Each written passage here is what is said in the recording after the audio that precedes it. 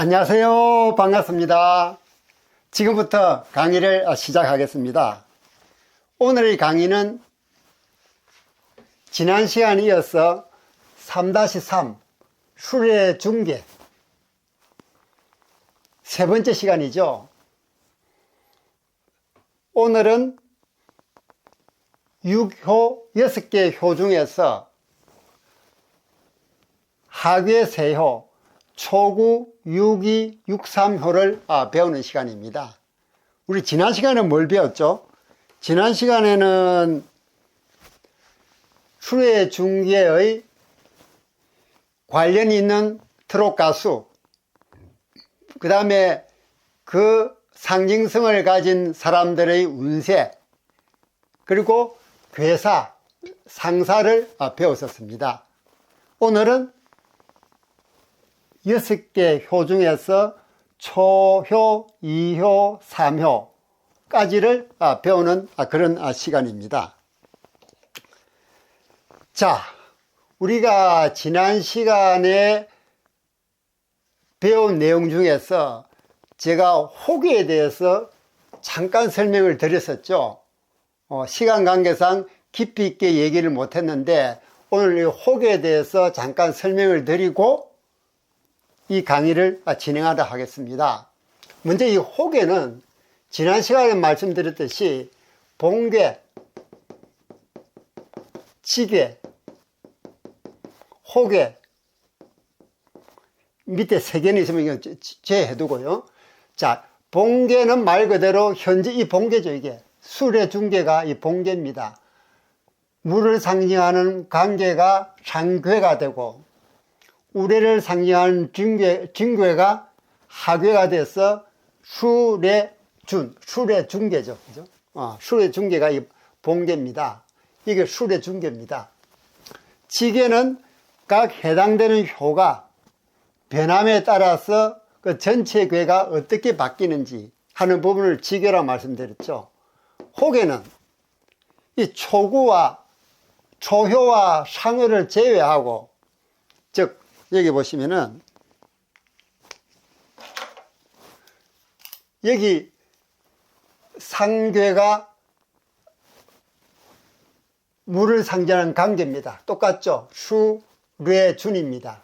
수레준인데 초구와 초효, 상효를 제외하면은 중간에 2, 3, 4, 5효, 역 6, 2, 6, 3, 6, 4, 6, 9, 5 이 네 효를 가지고 다시 괴를 만든 게 혹입니다.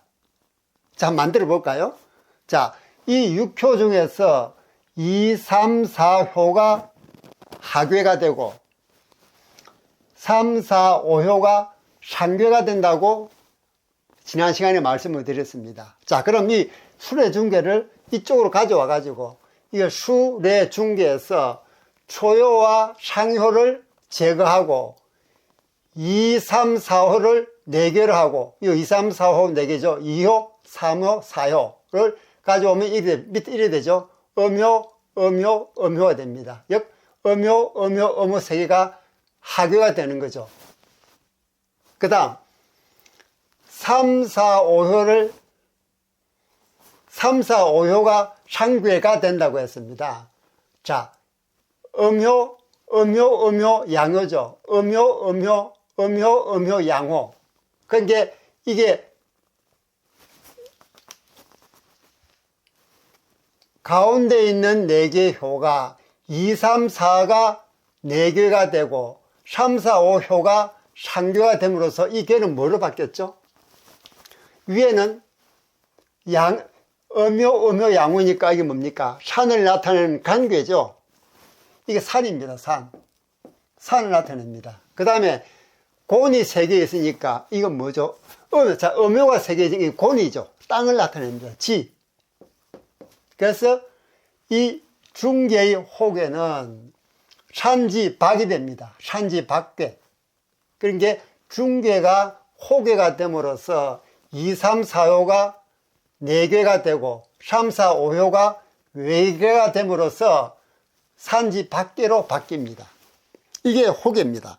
자, 그럼 혹에는 뭘 넣는다 그랬죠? 혹에는 초효와 상효를 제거하고 가운데 있는 4개의 효를 가지고 다시 효를 만들었기 때문에 이 술의 중개가 가지고 있는 어떤 실질적인 내용, 이 술의 중개가 함의하고 있는 본질적인 내용이 뭐냐라는 걸 보는 겁니다. 자, 우리 술의 중개는 이 상징성이 뭐였죠? 시작, 도전 또는 시작이 어려움이었습니다. 자, 그 시작이 어려운 부분을 내면을 들여다봤더니 산지박이란 괴가 호계로 들어앉아 있습니다. 이 산지박귀는 보시다시피 아래 음료가 5개고 맨 위에 양요 하나가 있습니다. 이걸 아직까지 우리 배우진 않았습니다만 이걸 풀이하면은 이 양요 하나가 곧 음료가 계속 쳐 올라옴으로써 양요 하나가 곧 떨어져 위급한 상황에 처한 거, 이게 산지박귀가 나타내는 상징성입니다. 위급한 상황. 그러니까 시작할 때는 시작하는 어려움 속에는 이런 위급한 내용이 포함되어 있다라는 부분을 이 호계는 우리에게 알려주고 있는 것이죠. 그래서 제가 지난 시간 말씀드릴 때 이 밑에 도정괴가 있고, 그죠? 도정괴, 그 다음에 배학괴, 그 다음에 착종괴, 이 6개가 있어가지고 이걸 상하, 좌우, 전후로 여러 6군데 방향에서 봄으로써 그 괴가 처한 상황을 우리가 확실하게 구체적으로 파악한다 그랬습니다. 그 중에서도 본괴, 지괴, 호괴가 약 90%를 차지하고 있고 나머지 도정괴, 배학괴, 착종괴는 약 10% 정도를 점하고 있습니다. 그래서 우리가 본괴, 지괴, 호괴만 정확히 알게 되면은 그 괴에 대한 90% 내용은 우리가 바로 알 수 있다라는 부분을 호괴를 설명을 드리면서 말씀을 드립니다. 제가 호괴를 별도로 이렇게 설명드리는 이유는 오늘 이제 강의를 해 나가보면 알겠지만 이 호괴에 대해서 어떤 물상이 계속 나옵니다. 이 초구, 유기, 육삼 효사에 이 호괴를 빌려와 가지고 물상을 설명하는 부분이 계속 나오기 때문에 제가 따로 이 호괴를 설명을 드렸습니다. 자, 이제 시작을 해볼까요?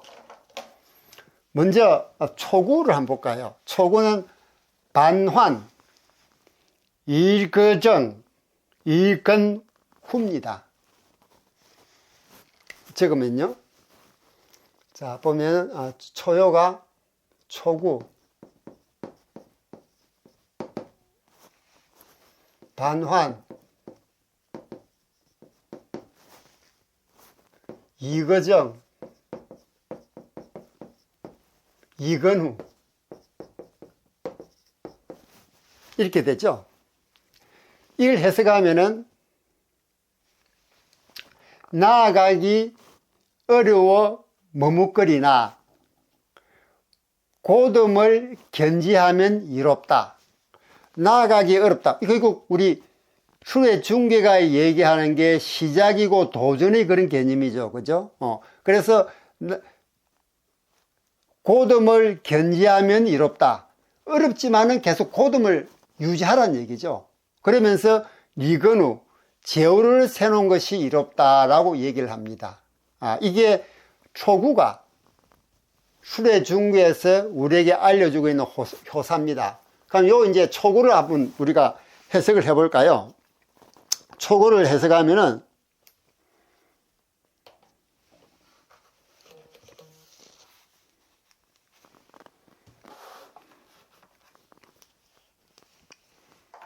자, 반환. 반환, 이거는 말 그대로 이 반자는 너럭바위라는 뜻입니다. 너럭바위. 거기 환자는 너럭바위에서 자라나고 있는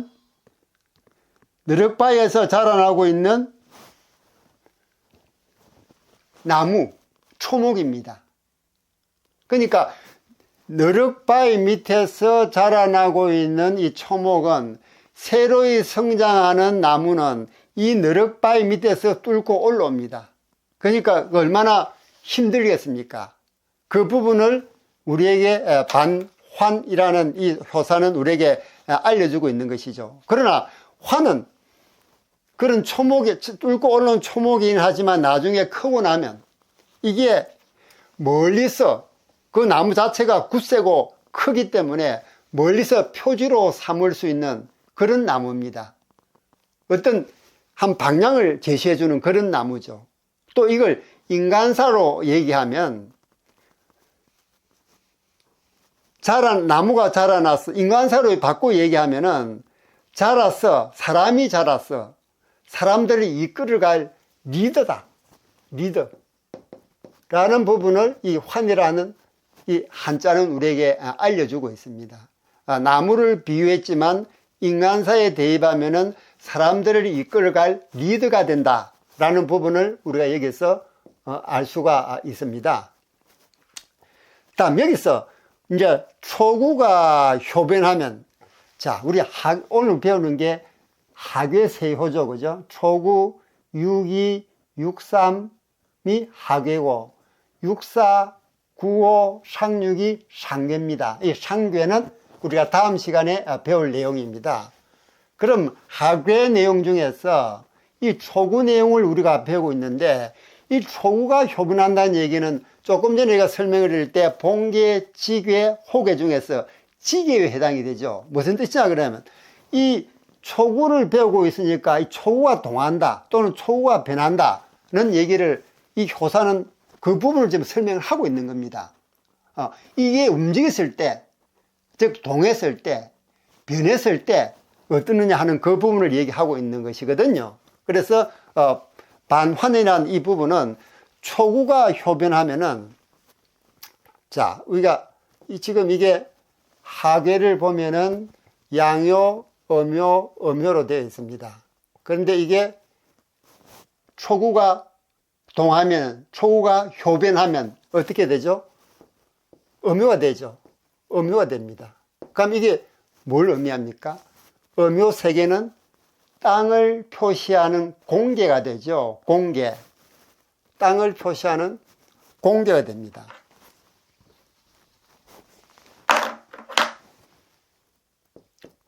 공계가 되면서 이건 땅을 표시하죠. 자, 이 공계는 그럼 어떤 물상을 가지고 있냐 그러면 대지, 땅입니다. 땅. 그 다음 나라라는 물상이 있습니다. 지금 우리 초구를 공부하고 있으니까 초구가 동했을 경우를 지금 상징해서 얘기를 하는 겁니다. 자, 땅을 상징하는 공괴에는 대지와 나라라는 물상이 있다. 자, 그러니까 이 환이란 이 나무는 아직은 대지에 의존했어. 이게 지금 초구가 반환, 너럭바위면서 초목이지 않습니까? 그죠?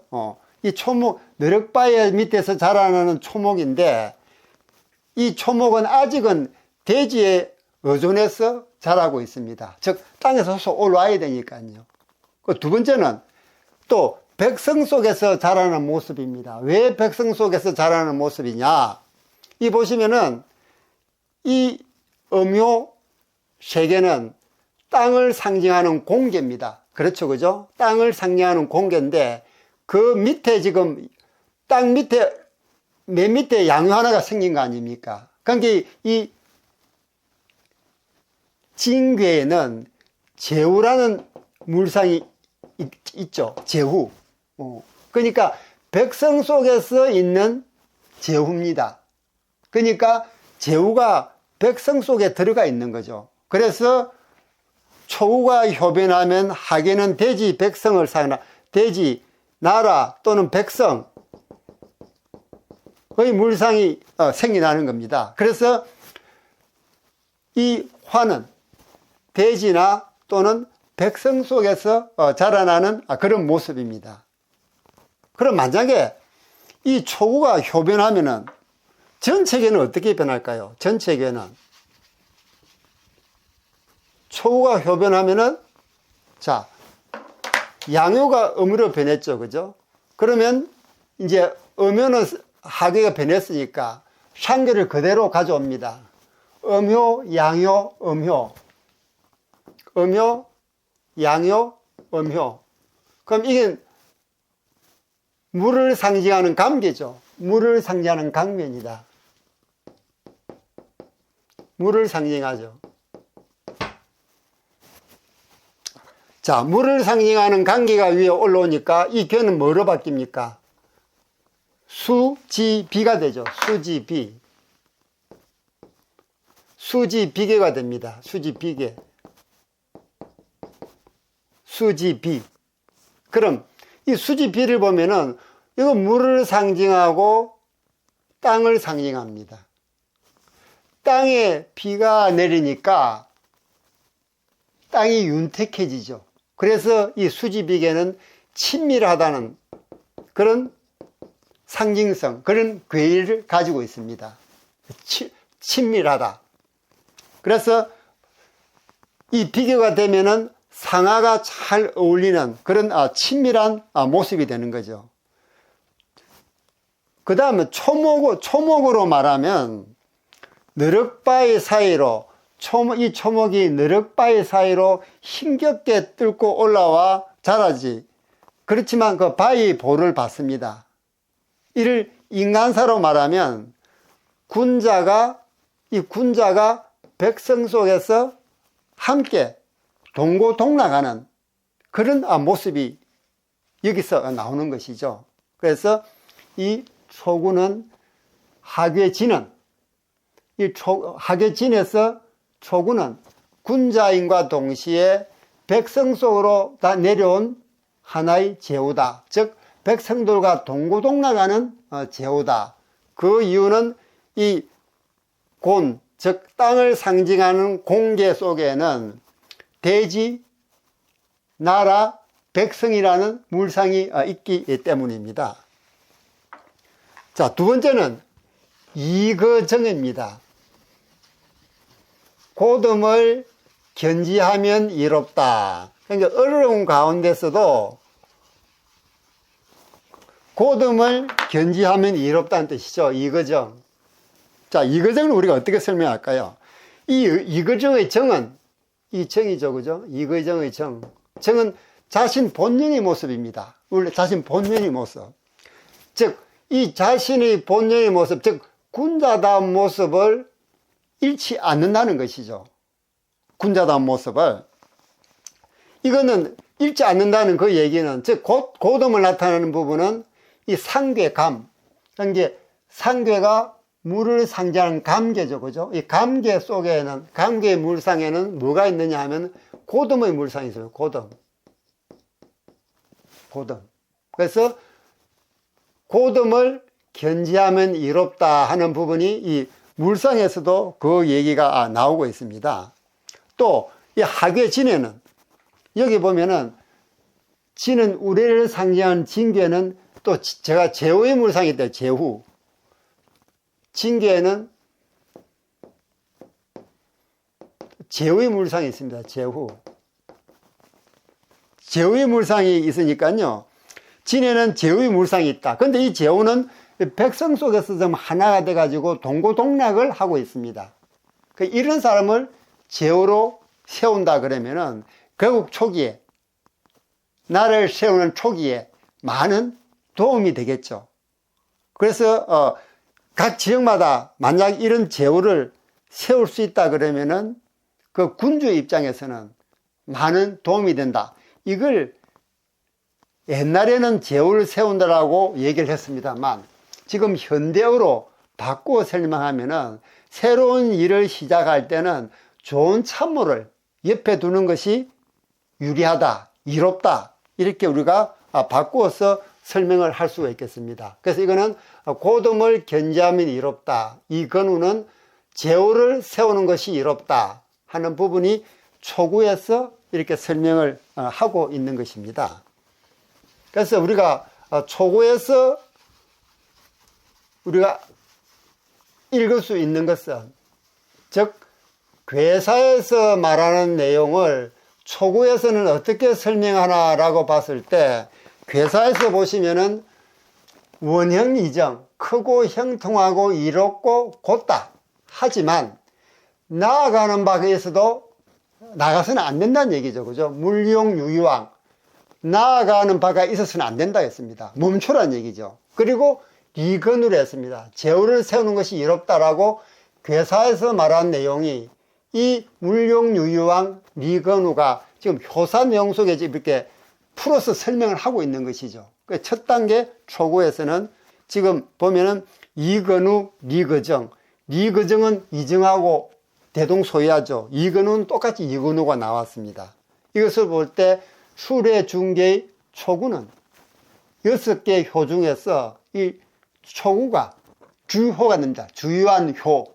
그래서 효사도 괴사하고 대동소이한 내용이 나오고 있는 것입니다. 그래서 초구가 우리에게 알려주는 교훈은 시작은 어려운 거니까 초목이 너럭바위를 뚫고 올라오듯이 그렇게 어려운 성장 과정을 지켜보면서 그래도 고듬을 지켜야 되고 또 유능한 참모를 주는 것이 이롭다는 부분을 우리에게 알려주고 있습니다. 다음은 6위. 6위는 준여, 전여.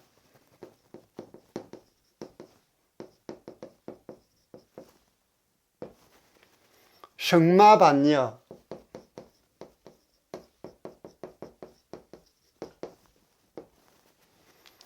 비구, 홍구.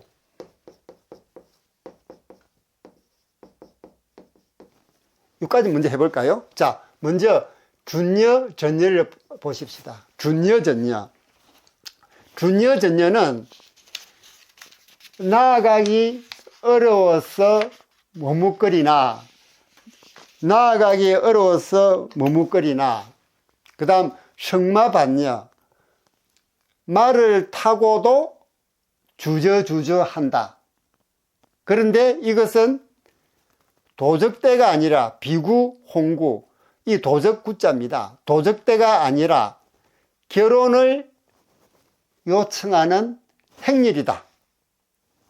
여자 정부자, 여자가 고듬을 지켜 10년 동안 허락하지 않다가 10년이 되었어야 마침내 허락한다 라는 그런 효사 내용입니다. 여기에 밑에가 여자 정부자,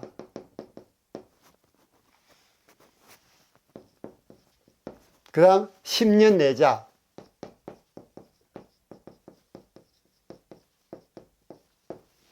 자, 준여, 전여. 준여, 전여가 조금 전에 말씀드렸듯이 준여, 전여의 준여는 나아가기 어렵다. 이 준여는 준자가 우리 어려울 준자라 그랬죠. 나아가기 어렵다. 또 전여는 머뭇거린다는 얘기. 이러지도 못하고 저러지도 못하고 머뭇거린다는 얘기입니다. 지금 우리가 이제 유기호사를 배우고 있는 것이거든요. 자, 그럼 어떻게 준여, 전여는 왜 이런 효사가 나왔을까 하는 부분을 설명을 드려볼까요? 이는 유기가, 이거 보시면은 초구, 유기, 육삼이 있습니다. 근데 이 유기는 유기와 가까이 있는 것은 초구입니다. 그리고 초구는 제가 조금 전에 말씀을 드렸죠. 맨 아래에 있음에도 불구하고 시작하는, 도전하는 시작의 어려움을 설명하는 중개이기 때문에 초구이면서도 주효라고 말씀을 드렸습니다. 자, 이 유기는 초구 바로 위에 있습니다. 이 초구는 주효이기 때문에 능력이 있고 아주 품행이 방정합니다. 그런데 유기하고 정응하는 효는 어느 것이죠? 이 유기와 서로 상응한 효는 바로 구호입니다. 왜? 유기도 하교에서 중간효고 구호도 상교에서 중간호입니다. 중간호끼리 이렇게 하는 게 서로 상응하는, 서로 정응하는, 서로 맞아떨어지는 그런 뜻을 가지고 있는 것이죠. 그래서 유기는 초구와 가까이 있지만 유기의 짝은 구호입니다. 왜? 유기하고 그 다음 구호하고 유기하고 구호하고 서로 정응하는 관계이니까요. 자, 그런데 여기서 이제 우리가 이제 유기가, 그럼 유기가 가까이 있는 초구와 멀리서 정하는 구호 사이에서 방황을 하고 있는 겁니다. 유기 바로 옆에, 바로 밑에 능력 있고 그 괴의 주효가 있는 이 초구를 놓아두고 구호하고 정응을 해야 되는데, 결혼을 해야 되는데, 이 멀리 떨어져 있습니다. 더군다나 이 6이 위에는 6364가 있습니다. 같은 음효죠. 같은 음효는 서로 우리가 지남철을 보면은 플러스 마이너스끼리는 서로 챙겨냅니다. 그렇죠, 그죠? 그리고 플러스 마이너스는 서로 당깁니다. 음량도 똑같은 원리입니다.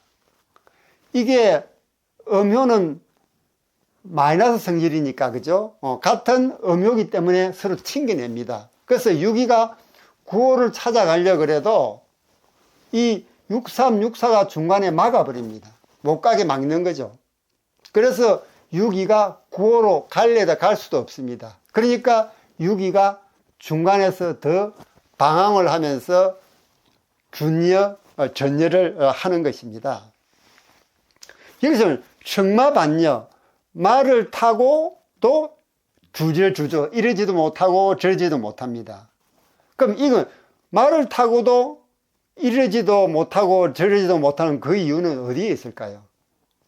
그 이유는 이 바로 초구 때문입니다. 초구가 양효죠.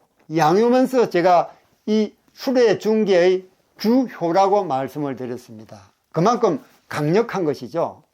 이 유기가 초구에 올라 있습니다. 그러니까 음효가 양효에 올라가 있는 것은 좋지 못하죠. 왜? 강한 것이 밑에 있고 약한 것이 위에 있으니까요. 그래서 이 유기는 이 초구에서 때문에 계속 흔들립니다. 양효에 휘둘립니다. 휘둘려. 그래서 이 유기는 초구를 올랐다, 양효인 초구를 올라타고 있기 때문에 계속 흔들린다. 그래서 주저주저 한다는 겁니다. 그러니까 성마는 어떻게 나올까요? 성마는 보통 양효는 강함을, 음효는 약함을 얘기합니다. 그러니까 약한 것이 강한 것을 타고 있으니까 강한 것에 계속 흔들리는 거죠. 그래서 반여, 주저주저 한다는 뜻입니다. 그리고 이 성마는 말은 강함 상입니다. 말은 강함의 상징. 반면에 소는 유순함의 상징이죠. 그죠? 이 강함은 말을 상징하니까 이 강함 초구, 즉 양효는 말에 비유할 수가 있습니다. 그래서 유기는 말을 타고 있다. 즉 성마라는 말이 여기 물상에서 또 나오고 있는 것이죠. 그렇지만 실제로 이 말에는 여러 종류가 있습니다. 주역에서 말하는 말은요, 하나만 있는 게 아니고 여러 가지 말이 주역에서는 등장합니다. 먼저 이 하괴진에 있는 이 초구는 무슨 말이냐 그러면 잘 달리는 건장한 말입니다.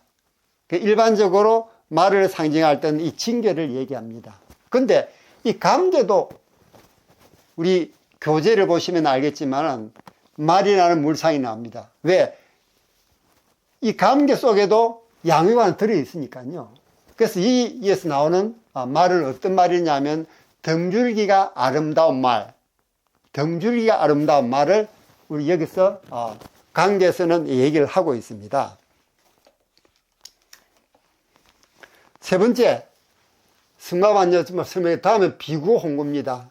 비구홍구. 이건 그대로 말씀드리면은 도적 행렬이 아니라 결혼을 요청하는 행렬이다 라고 효사에서는 해석을 하고 있습니다. 근데 이 비는 여기서 말하는 비는 이 비하고 똑같은 내용입니다. 똑같은 저게 설명입니다. 비는 이 비입니다. 그러니까 비구,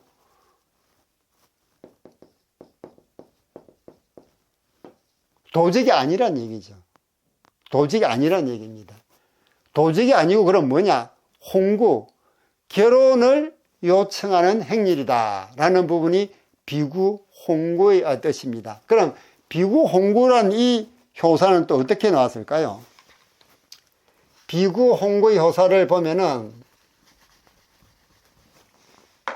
이 상괴감에 음요, 양요, 음요로 되어 있는 음요, 양요, 음요로 되어 있는 이 상괴감에 물을 상징한다 그랬죠. 무슨 물상이 있냐 그러면 도적이 뭐 도적, 즉 도둑이란 얘기입니다. 이 도적이 물상이 들어있습니다. 그런데 이 괴를 보면은 우리가 하괴는 진이고 상괴는 감입니다. 근데 전체 괴를 보면은 이렇게 되어 있죠. 자, 전체 괴 볼까요? 양요, 음요, 음요, 음요, 양요, 음요로 되어 있습니다. 이게 술의 준이죠. 이 술의 준입니다. 여기 보면은 음요가 3개 달아서 붙어 있어요. 연달아 붙어 있습니다. 제가 지난 시간에 잠깐 설명을 드렸죠. 같은 효가 연이어 있을 때는 그걸 하나의 효로 볼 수 있다고 말씀을 드렸습니다. 이 음요 3개가 연달아 연이어 붙어 있으니까 이거는 음요 하나로 우리가 표시를 할 수가 있습니다. 그럼 밑에 양요가 있고 위에 음요가 있으니까 이 술의 중계라는 이 괴상 안에는 이게 이 되죠. 양요, 그다음 음요, 양요니까 이건 무슨 괴가 됩니까? 불을 상징하는 리괴가 되죠. 리괴. 리괴가 됩니다. 그래서 이걸 우리는 일반적으로 그냥 리하지 않고 대리하면 대리. 큰 리괴란 뜻입니다. 왜 크냐? 이 3개가 한꺼번에 붙어 있는 걸 하나 줄인 게 리괴가 됐으니까 이거는 큰 리괴라고 우리가 얘기를 합니다. 이 큰 리괴가 여기에 들어있죠. 그래서 유기는 리괴 안에 들어있는 유기입니다. 리괴 안에. 그럼 리괴 안에 들어있기 때문에 이 감에서 도적이라는 물상이 있는데 이 감의 반대계는 무슨 계가 되죠? 이 감의 반대계는 자, 이게 감의 반대계는 물이 되죠. 불이 되죠. 불이 됩니다. 리괴. 불을 상징하죠. 이거는 이렇게 표시되죠. 리괴. 이게 바로 이겁니다. 리괴.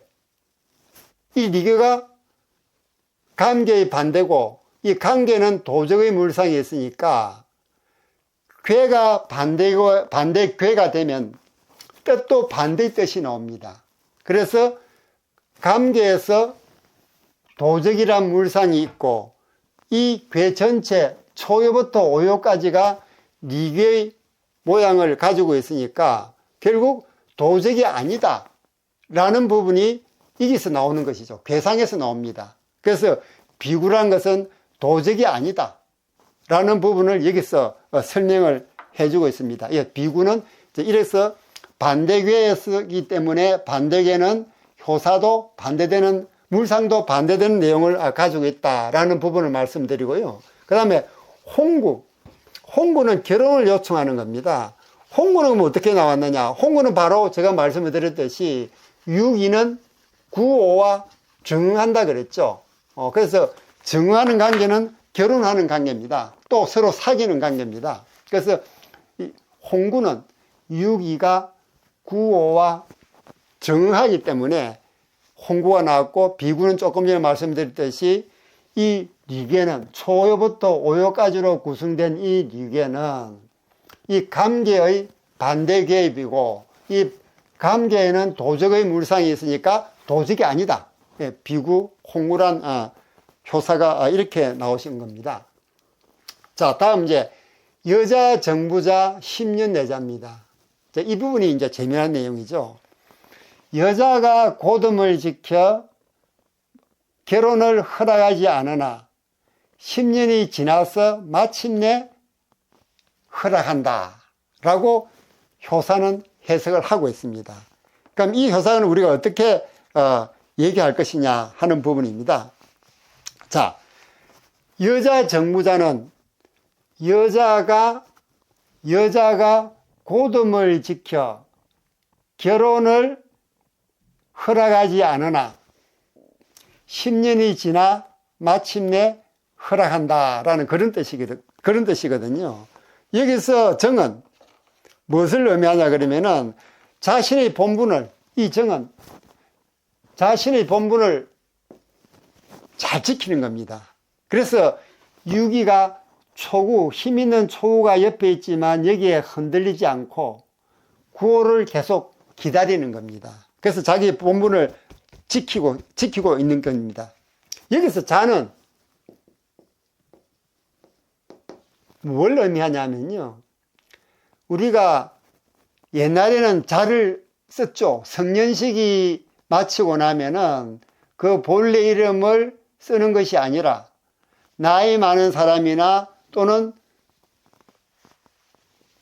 나의 집안의 친척들이 그 자를 지어줍니다. 성인식이 끝나고 나면요. 그래서 그 자를 사용하는데 여자도 마찬가지입니다. 여자도 결혼하기 전에 즉 성인식을 마치고 나서 혼인이 결정되면 계례를 합니다. 계례가 뭐냐면 계례를 갖다가 한자로 쓰면 이렇게 써요. 계례는 결혼하기 전에 서로 결혼을 약속하는 겁니다. 그러니까 우리 지금으로 치면 약혼 정도가 돼요. 약혼. 이걸 계례라고 합니다. 계례가 끝나고 나면은 여자한테 자를 주는 거죠. 즉 혼인이 결정되고 나면은 여자한테 자를 줍니다. 그래서 이 자는 여자한테 주는 걸 자, 이름 대신 제2의 이름입니다. 주는 것이죠. 그래서 이 계례는 옛날에는 이게 결혼을 바로 올리는 수도 있지만 지금의 약혼처럼 미리 약혼을 해두고 나중에 결혼식을 올리는 그런 수인데 이 계례는 바로 약혼에 해당하는 그런 교회가 되겠습니다. 자, 그러면 여자가 이제 자를 이게 받으면은 이제 결혼을 한 자격이 이제 생기는 거죠. 그리고 남자도 이 계례식을 마치고 나야 비로소 여자를 데리고 갈 수가 있습니다. 그래서 이 계례는 그 당시에 결혼 전에 한 결혼을 약속한 그런 행사로서 지금으로 치면은 약혼 정도가 되겠다라고 말씀드리고 있겠습니다. 다음, 조금 전에 제가 말씀드렸듯이 여자가 10년 만에 마침내 결혼을 했으니까 10년 동안 서로 방황하고 있었던 거죠. 왜 방황을 하고 있었느냐 하면 조금 전에 말씀드렸듯이 힘센 초구가, 능력 있는 초구가 바로 밑에 있지만 이 유기는 하교에서 중도를 찾았고 또 유기는 유기 두 번째 2호 자리는 음효 자리입니다.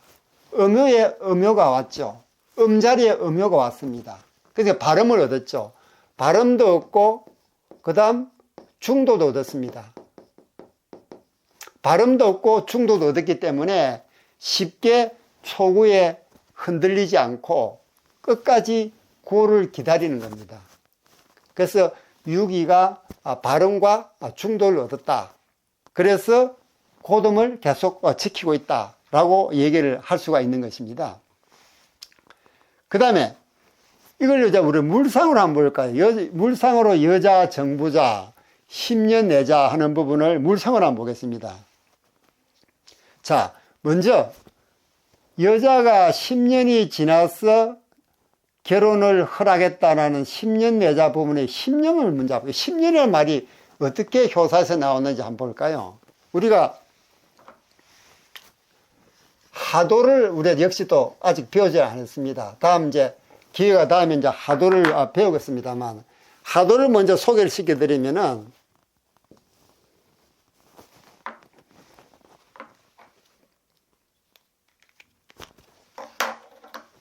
여기가 왼쪽이 봄,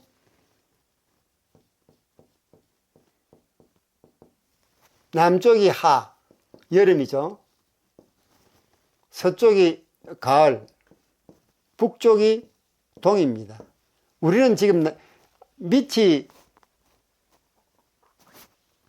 남쪽으로 되어 있지만 주역에서는 아래가 항상 겨울이면서 여기가 북쪽입니다.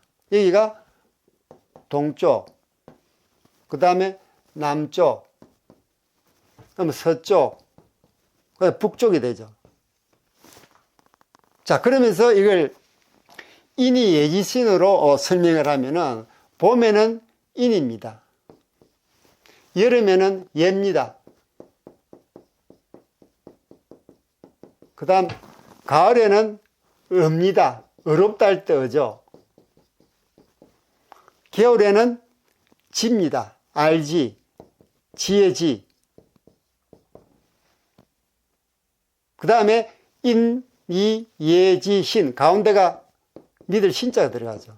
이게 인이, 예지, 신을 얘기하는 겁니다. 자, 그런데 여기 보면 지금 우리가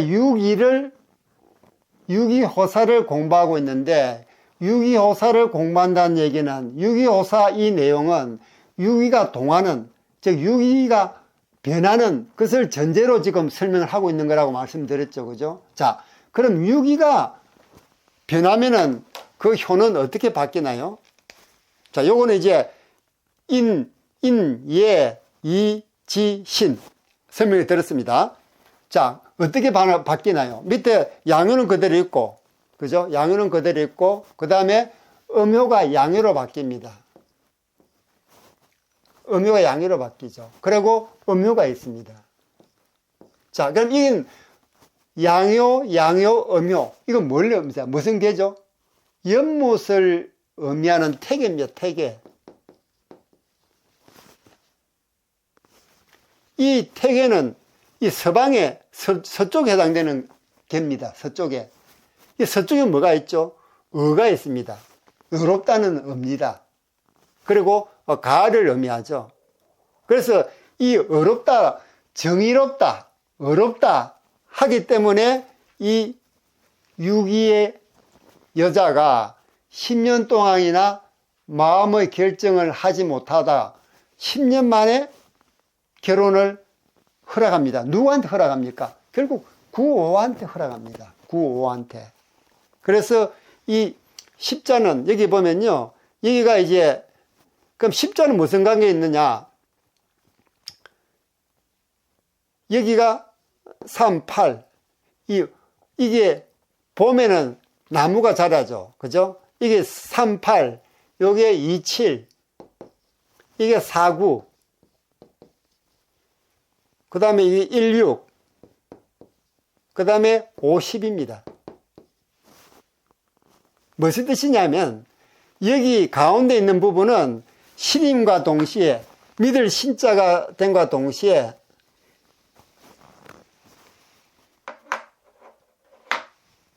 오행으로 따지면은 여기가 토가 됩니다. 토. 토면서 그 토를 형성하는 부분은 5와 10이 신을 이루고 있죠. 그래서 이 태가 서쪽을 상징하고 서쪽은 어렵다는 부분을 상징하기 때문에 이 여자가 10년 동안 기다리다가 10년 만에 구호를 찾아서 결혼을 하는 것입니다. 자, 그러면은 여기에 보시면은 도둑대, 여기 비구홍구, 비구홍구라고 되어 있죠. 그죠? 도적대가 아니고 결혼을 요청하는 행렬이다 라고 얘기를 했습니다. 그럼 비구는 제가 설명을 드렸죠. 왜? 감계에 도적이라는 물상이 있고 초요부터 오요까지가 리계인데 큰 리, 큰 대리계라서 큰 대자, 대리라 그랬으면 큰 리계이기 때문에 리계는 관계의 반대계이기 때문에 관계가 가지고 있는 도적의 반대는 도적이 아니다 그래서 비구가 나왔다라고 말씀을 드렸죠. 그죠? 홍구는 방금 말했듯이 6.2는 결국 9.5, 자기가 정하는 9.5하고 결혼을 하기 때문에 홍구가 나왔다라는 설명을 드렸습니다. 자, 우리 여기서 내호계, 내호계. 내호계는 뭐냐 그러면요. 자, 한번 보실까요? 우리가 호계를 설명할 때 초요와 상요를 제거하고, 즉 초요와 상요를 제거하고 2, 3, 4호를 4개로 하고 3, 4, 5호를 외계로 해가지고 다시 만드는 것이 호계라고 호계. 그죠? 호계인데 여기서 2, 3, 4 이게 내호계입니다. 이거는 3, 4, 5호는 외호계입니다. 그럼 내호계를 보면은 이게 땅을 상징하는 곤이죠. 땅을 상징합니다. 그래서 이 토가 중앙에 들어가는 거죠. 그래서 이 토가 중앙에 들어가면서 그건 5와 10으로 대표를 합니다. 이 토는. 요 숫자를 표시하는 부분은 나중에 따로 제가 설명을 올리도록 하겠습니다. 자, 그럼 요 10이 여기에 들어갑니다. 여기에 2, 3, 4, 내호계가 되는데, 호계에서는 2, 3, 4가 4호계가 된다 그랬죠. 안에 있는 궤, 내호계를 했습니다. 이 6위가 내호계에 속하기 때문에 이 땅을 상징하는 10이 6위 호사에서 나오는 겁니다. 그래서 이 10이 여기서 나온다라고 부분을 말씀을 드리고, 우리가 주역을 공부하다 보면요, 이 심심찮게 10이라는 숫자가 계속 나옵니다. 근데 그 나오는 걸 가만히 살펴보면은 모두 공과 관련이 있습니다. 예를 한번 들어볼까요? 이게 이제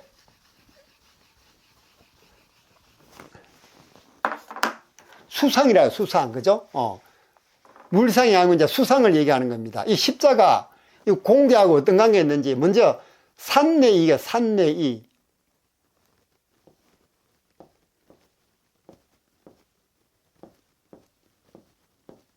이게 산내이계입니다. 이게 63. 그 다음에 산택손의 65. 산택손이 65죠. 자, 한번 볼까요? 산택손. 산택손이니까요.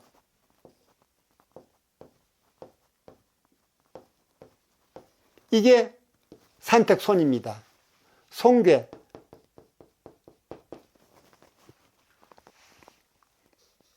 송괴 65. 그 다음에 풍내 입계.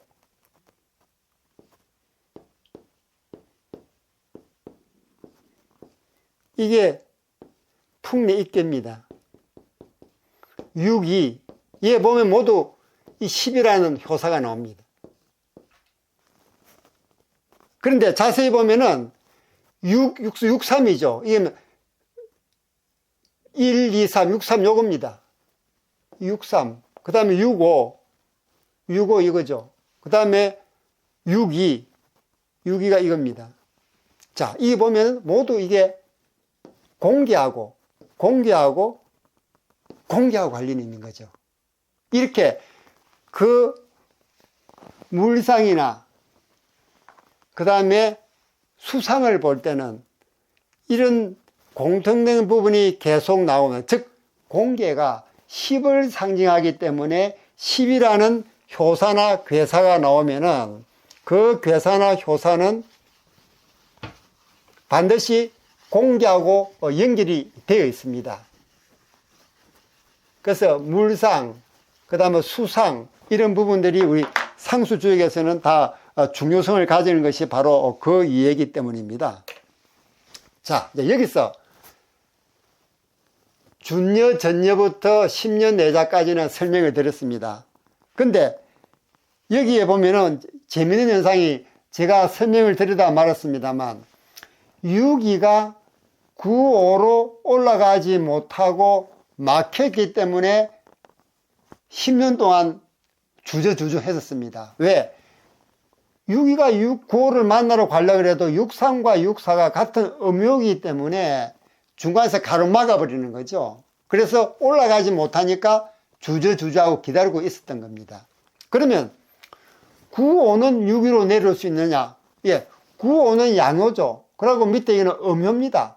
서로 양효가 음효로 또는 음효가 양효로 갈 때는 아무 문제가 없습니다. 그래서 9호는 6위로 내려올 수가 있습니다. 그러나 9호는 군주의 자리이기 때문에 쉽게 움직이려 하지 않죠. 그래서 6위가 9호로 올라가야 되는데 63과 64가 중간에 가로막고 있어서 올라가지 못하기 때문에 10년 동안이나 기다렸던 것입니다.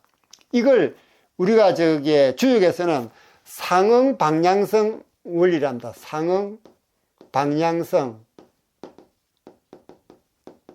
원리. 즉 서로 응하는 효끼리 방향이 있는데 그 방향은 나갈 수도 있고 나갈 수 없을 수도 있다 라는 그런 의미를 가지고 있는 게 상응 방향성 원리입니다.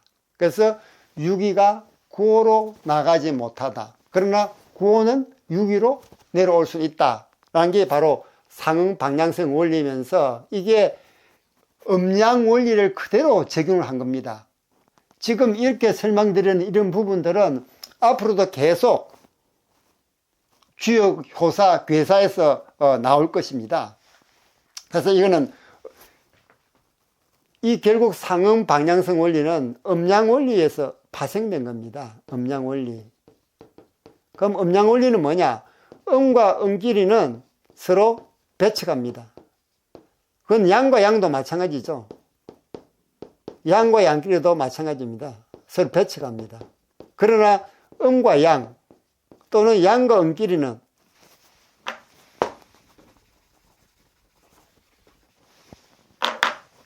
음과 양끼리는 서로 음과 양이 다르기 때문에 배척하는 것이 아니라 서로 이렇게 되죠? 당겨줍니다. 서로 당깁니다. 그래서 이게 상응 방향성 원리도 뭐 특별한 내용이 아니라 음양의 원리에 따라서 발생되는 자연스러운 내용이다. 자연스러운 원리다. 라는 부분을 우리가 얘기할 수가 있겠습니다. 자, 그럼 6위가 괴사에서 나오는 물룡유유왕 이건우, 즉 나아가는 바가 있어서는 안 된다. 제호를 세우는 것이 이롭다라는 부분하고 무슨 관련이 있을까요? 자, 여기 보시면은 나아가기 어렵고 이러지도 못하고 저러지도 못하고 머뭇거립니다. 그리고 여자도 결혼을 허락하지 못하고 10년을 기다렸어야 비로소 결혼을 허락을 해주고 있습니다. 이런 부분들이 다 뭘 의미하느냐? 물룡유유왕 이건우란 그 내용 속에, 그 범주 속에 포함돼서 지금 움직이고 있는 겁니다. 그래서 효사를 읽을 때는, 효사를 해석할 때는 항상 괴사나 상사에서 얘기하는 그 내용을 염두에 두고 그 카테고리 속에서 이해를 해야 된다는 겁니다. 그래야 우리가 얻는 바가 있습니다. 그냥 이 글만 해석해가지고는 이게 따로따로 놀아버리면 아무런 의미가 없어져 버리는 거죠. 그래서 이런 부분을 여러분들은 놓치지 않아야 됩니다. 특히 괴사와 상사가 가지고 있는 어떤 성정 또는 역할, 이런 부분들을 우리가 효사를 공부할 때 항상 염두에 두고 공부를 해야 되는 이유가 바로 거기에 있습니다. 결국 효사는 괴사나 상사의 그 범위 내에서, 그 틀 안에서 일어나는 변화이기 때문입니다. 다음은 이제 6.3입니다. 6.3은 정농무우,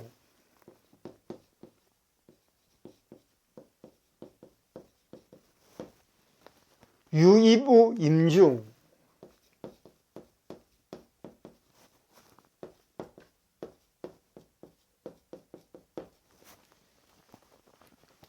군자기 불여사,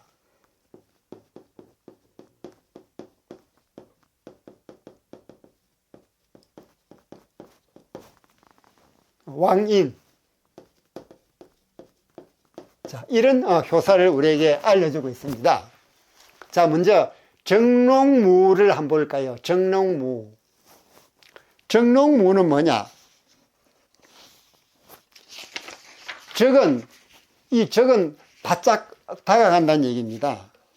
그리고 이 록은 사심이라는 뜻이죠.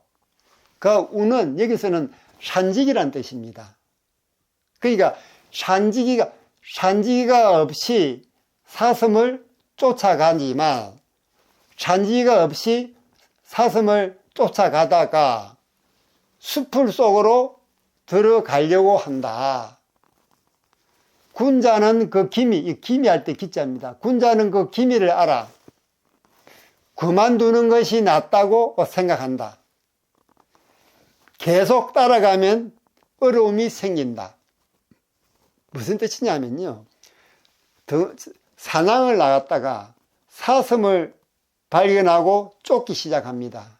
근데 사슴이 항상 길만 따라서 도망가는 건 아니지 않습니까? 그러니까 무심코 사슴을 쫓다가 보면은 이 숲을 속으로 들어가 버려 가지고 길을 잃을 염려가 있습니다. 그래서 군자라 그러면은 그 기미를, 그 조짐을 미리 알고 그만두는 것이 낫다고 생각하는 거죠. 그런데 나아갈 왕자입니다. 계속 나아가면은 어려움이 있다라고 경고를 하고 있습니다. 자, 여기서 정농무의 적은 제가 말씀드렸듯이 바짝 따라간다 그거고, 이 록은 사슴이고 우는 산지기를 했습니다. 옛날에는 산을 지키는 산지기가 있었습니다. 그래서 사냥을 가게 되면 그 산지기의 안내를 받고 사냥을 하게 되죠. 그게 옛날에 있던 그런 제도입니다. 자, 여기서 이제 6.3, 우리가 지금 6.3을 하고 있죠. 6.3이 이제 동한다, 6.3이 변한다, 이러면 이게 괴가 어떻게 변할까 한번 볼까요? 자, 하괴를 먼저 한번 보겠습니다. 하괴를 보면은 양요, 음요, 그 다음에 음요인데 이게 양요로 바뀌죠. 그죠? 양요로 바뀝니다. 그럼 이게 뭐가 됩니까? 리괴가 되죠. 리괴. 즉, 리괴가 되면서 리괴는 뭘 의미하죠? 불을 의미한다 했습니다. 불. 또 두 번째, 초요부터 오요까지, 즉 초요부터 오요까지 5개의 효를 보게 되면 이 중간에 있는 음요 3개는 같은 음요이기 때문에 하나의 효로 바꿀 수 있다고 제가 말씀을 드렸습니다. 하나의 효로 바꿔볼까요? 자, 5개 효에서 자, 맨 밑에는 양요입니다. 이 음요 3개는 하나의 음으로 바꿀 수 있다 그랬죠. 그 다음 맨 위에가 양요입니다. 양요. 그럼 이거 똑같이 리괴가 되어버리네요. 그렇죠? 그러니까 여기는 지금 리괴가 2개나 나오는 것입니다. 그리고 이 6.3은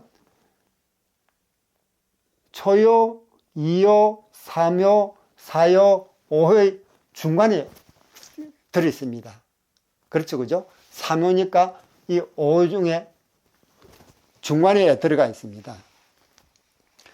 설괴전에 보면 설괴전, 우리가 아직 설괴전은 배우지 않았습니다만 설괴전에 보면 이 리는 걸린다는 의미가 있어요. 걸린다는 뜻이 걸린다. 뭘 걸리냐? 새가 그물에 걸리듯이, 동물이 그물에 잡히듯이 그 걸린다는 특성이 있습니다. 그리고 이 리의 물상에 걸린다는 물상도 있지만 사슴의 뭐 사슴.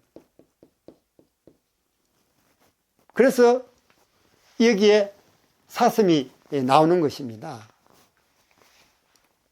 그리고 여기 보면은 숲을 속으로 들어가려고 한다라고 되어 있죠. 그죠? 유는 생각한다는 유자입니다. 그리고 입은 들어간다는 입이니까 산 속으로, 즉 숲을 속으로 들어가려고 한다라는 뜻이 여기 들어 있습니다. 이거는 어떻게 우리가 해석을 하나 그러면은 외옥의 간. 자, 여기 보면은 우리가 혹에는 2, 3, 4호를 내교로 하고 3, 4, 5호를 외계로 해서 구성이 된다 했습니다. 즉 여기 보시면은 초요와 상요를 제거하고 2, 3, 4호를 내교로 하고 3, 4, 5호를 외교로 해서 만든 게 외호계로 했습니다. 그죠? 그런데 여기서 우리가 보면은 3, 4, 5 간 이게 3, 4, 5 이게 3, 4, 5호죠. 3, 4, 5호가 상교가 된다 했습니다. 상교가 되면서 산을 의미합니다. 그죠? 간은 상교를 의미합니다. 자, 여기에 간은 산을 의미하는 산. 그리고 하괴, 징계. 징계를 보면은 무슨 물상이 있냐 그러면은 나무, 수풀이라는 물상이 있습니다.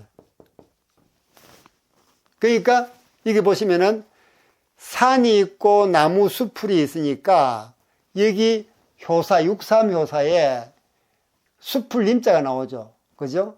그리고 이 산지기가 나오니까 결국 외옥의, 즉 우리가 봉계의 호계라는 것은 그 봉계가 가지고 있는 실질적인 내용, 함축하고 있는 실제 내용이 뭐냐를 알려주는 것이 호계라고 말씀을 드렸습니다. 그죠? 이 호계에서 지금 효를 가지고 우리가 지금 물상을 찾아내고 있는 이유도 이 본질적인 내용을 설명해 주는 것이 호계이기 때문에 이 봉계에서 호계를 끌어내서 그 호계 괴를 가지고 지금 물상을 찾아내고 있는 것이죠. 그 물상을 봤더니 3, 4, 5효가 만들어낸 외계 산을 상징하는 간괴에는 산이라는 물상이 있고, 그 다음 원래계 하괴 진에는 나무 숲이라는 물상이 있으니까 결국 여기에 유이부 임중, 그 다음에 산지기라는 부분이 여기서 다 읽어낼 수 있다는 그런 얘기가 됩니다. 자, 그러면 이 산지기는 왜 만나지 못해서 이 사람들이 길을 잃고 헤맬 그런 위험성을 가지고 있을까요? 그 산지기를 만나지 못한 부분도 물상으로 한번 설명을 드려보겠습니다. 자, 우리가 지금 6.3을 하고 있죠. 그죠? 6.3을 하고 있는데 6.3이 산지기를 만나지 못했으면 산지기가 없이 했잖아요. 그죠? 그럼 왜 산지기를 만나지 못하느냐? 여기서 6.3, 여기서 산지기는 누구냐? 구호를 얘기합니다. 구호. 왜? 조금 전에 설명드렸듯이 3, 4, 5효가 호계의 상기가 된다 했죠. 이 3, 4, 5요 간괴의 맨 위에 있는 이 양요가 바로 산지기예요. 산지기. 산지기를 상징합니다. 즉 산의 맨 위에 있는 것이죠. 근데 6.3이 산지기를 만나러 가려고 그랬더니 중과에 있는 6.4가 막고 있습니다. 왜? 같은 의무이기 때문에. 그래서 가지를 못하고 있죠. 그래서 산지기를 만나지 못합니다. 그래서 정롱무우, 이 산지기를 뜻하는 우자가 산지기가 없다는 뜻이 나온 게 바로 이 우리가 효상에서도 괴상에서도 읽을 수가 있다는 그런 뜻이 되겠습니다. 자, 다음은 이제 유인무일조 했고, 그 다음 군자기란 뭐죠? 군자기는 기는, 이 군자의 기는 바로 조짐입니다. 기미 또는 조짐.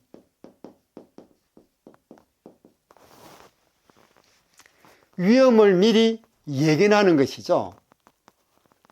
자, 그 여기서 우리가 그럼 이 기미조짐, 이 한 기미조짐이라는 부분을 어떻게 물상에서 끌어내올 수 있을까요? 여기를 보시면은 우리 술의 중계, 즉 수레중개 호계를 봤더니 산지박기로 바뀌었습니다. 산지박기는 보시면은 아래 음호가 하나, 둘, 셋, 넷, 5개 있고 맨 위에 양효 하나가 올려져 있습니다. 음효가 계속 지금 양효를 쳐들어가고 있는 거죠. 음효가 점점점 자라나고 있는 겁니다. 결국 양효는 깎여 떨어지겠죠. 그런 위급한 상황입니다. 그런 위급한 상황을 이 군자는 그 기밀을 조짐을 알아챈다는 얘기죠. 결국 수레중개가 시작이나 도전 또는 시작의 어려움을 상징하고 있는데 그 내부 함축하고 있는 뜻을 나타내는 호계를 봤더니 실질적으로 호계에는 이게 깎여 떨어질 위급한 상황이 들어있는 겁니다.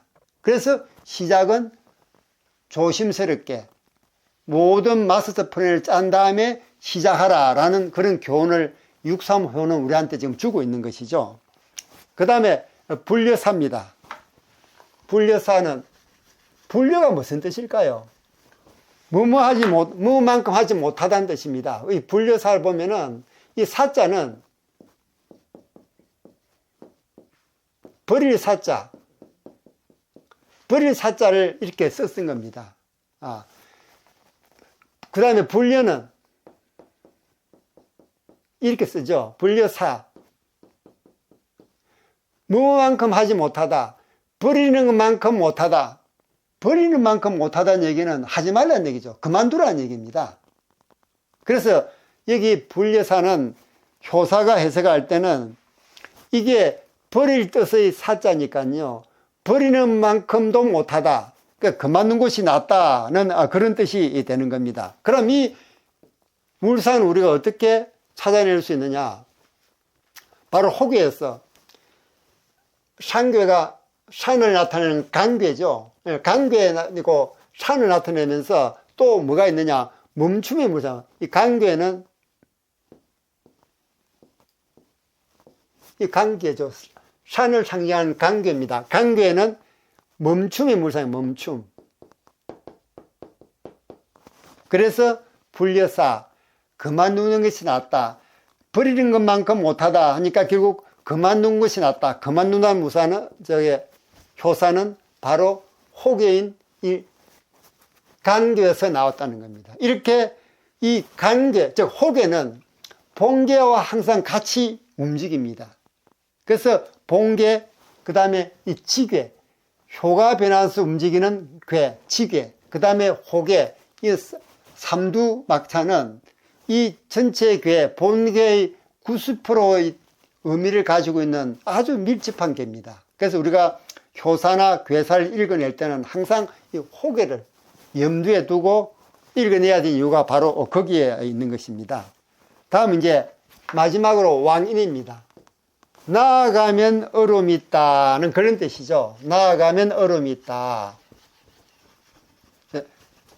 나가지 말라는 얘기죠. 그죠? 나가지 말라는 얘기입니다. 자, 그런데 이 이는, 이 있죠. 이 이는 길흉회린, 길흉회린.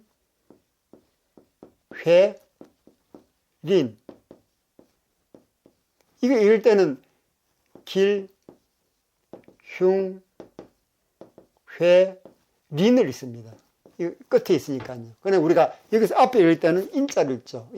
이는 여기 바로 린입니다. 길흉회린은 이 인입니다. 그런데 길흉회린 이거는 어떤 길하고 흉함의 지금 정도를 표시하는 겁니다. 그럼 이 정도를 표시하는 순서대로 한번 나열해 볼까요? 자, 길, 그 다음 회,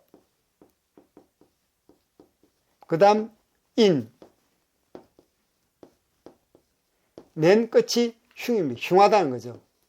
즉 좋은 순서가 흉하임에서 인색하다, 그 다음에 뉘우치다, 길하다, 이렇게 길회,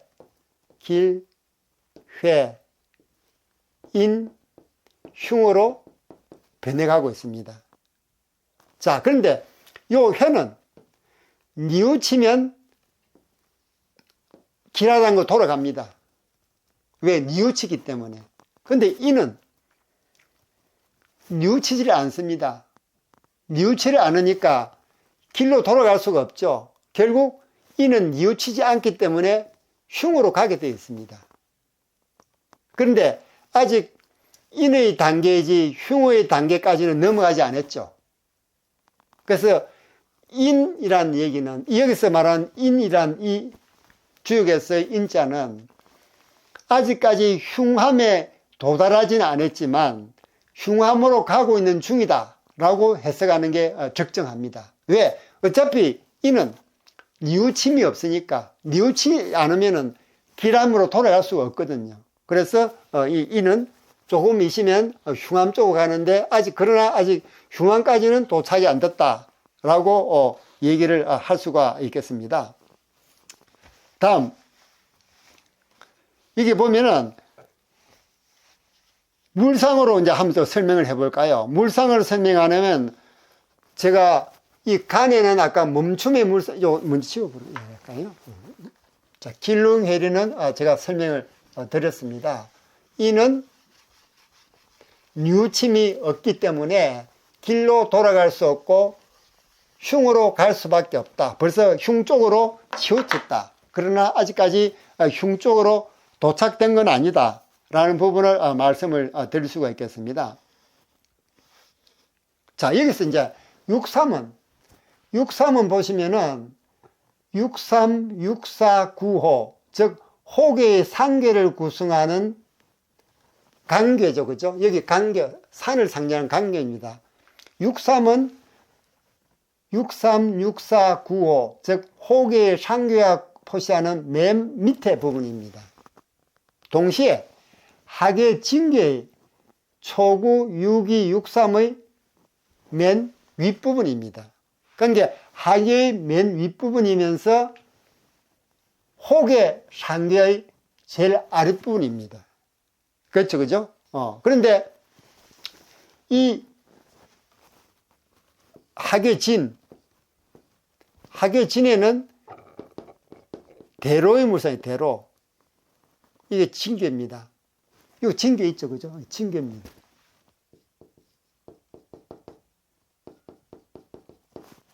육삼은 바로 이걸 표시하는 거죠. 자, 호계의 상괴. 왜 호계?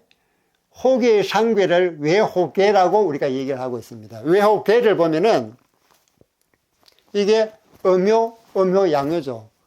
음효, 양효입니다. 여기서 63은 맨 아랫부분을 표시합니다. 여기는 대로고 여기는 산이라는 산이라는 물상이 있습니다.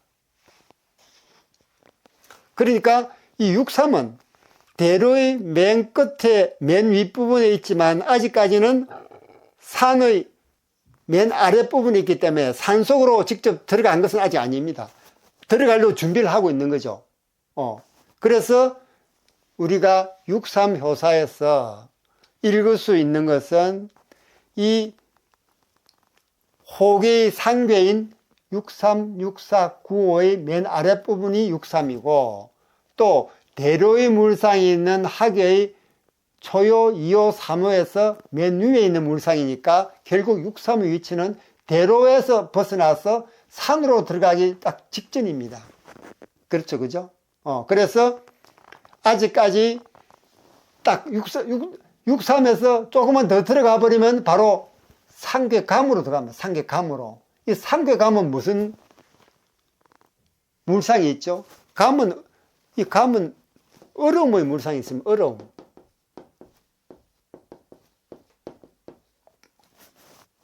그러니까 63은 어려움을 상징하는 감에 들어가기 직전이기 때문에 아직까지 흉하지는 않고 어려움이 있다라고 우리가 효사에서 얘기한 이유가 바로 여기에 있는 겁니다. 즉 대로를 벗어나서 산속으로 대로를 벗어나서 이 산으로 들어가기 직전이다. 그리고 이 63은 한밤 들어가면 바로 상계가 나타내는 얼음 속으로 들어가는 부분이 된다. 그래서 이 6.3은 험함 속으로 들어가기 직전에 그런 모습이기 때문에 길릉회린의 인에 해당이 된다라는 부분을 말씀을 드릴 수가 있겠습니다. 자, 이 우리의 6.3은 우리가 괴사에서 얘기하는 물룡유유왕 이건우하고 무슨 관계가 있을까요? 결국 리건우라는 얘기는 현대어로 우리가 바꿔 얘기하면은 훌륭한 유능한 찬물을 두라는 얘기입니다. 새로운 일을 시작할 때는 그런 뜻을 가지고 있기 때문에 우리가 산지기 없이 무작정 사슴을 쫓다가 숲으로 들어가서 얼음을 당하지 말고 군자가 그 기미를 알듯이 우리도 그 기미를, 그 조짐을 미리 알고 그만두는 것이 낫다. 만약 그런데 그만두지 않고 계속 나아가면은 어려움이 있을 것이다. 그 어려움을 가만히 두고 나면 바로 그는 흉함으로 바뀝니다. 그래서 우리가 6.3이 우리에게 또는 괴사의 틀 속에서 우리에게 알려주는 바는 훌륭한 참모, 즉 산지기를 두고 사냥을 해라. 두 번째는 멈춰야 할 때는 멈추어라. 더 나아가면 흉해진다. 라는 부분을 우리에게 알려주고 있습니다. 자, 이상 징계의 세 번째 6효 중에서 초효, 2효, 3효를 말씀을 드렸고 호계를 제가 설명을 드렸습니다. 호계는 말 그대로 본계에서 초효와 상효를 제거하고 2, 3, 4, 5를 내괴로 하고 3, 4, 5를 외계로 해가지고 새로 만든 게 호계다. 근데 그 호계는 본계에서 본계가 나타내는 실질적인 내용, 본계가 함의하고 있는 본질적인 내용이 뭐냐 하는 부분을 우리가 호계를 통해서 알 수 있다라는 부분을 말씀드리면서 오늘의 강의는 여기까지 하도록 하겠습니다. 자, 다음 강의는 수레중계의 4, 5, 6 산괴가 가지고 있는 세계호를 하는 시간이 되겠습니다. 오랜 시간 동안 강의 들으시나 고생 많았습니다. 오늘 강의는 여기까지입니다. 그리고 이제 10월이 끝이 나고 11월로 들었습니다. 날씨가 갑자기 환절기가 그런지 감기 환자들이 무척 많이 생겼습니다. 항상 건강에 주의하시고 그리고 좋아요, 구독, 댓글은 제게 큰 힘이 됩니다. 자, 저는 더 좋은 영상으로 다음 시간에 찾아뵙도록 하겠습니다. 여러분 안녕.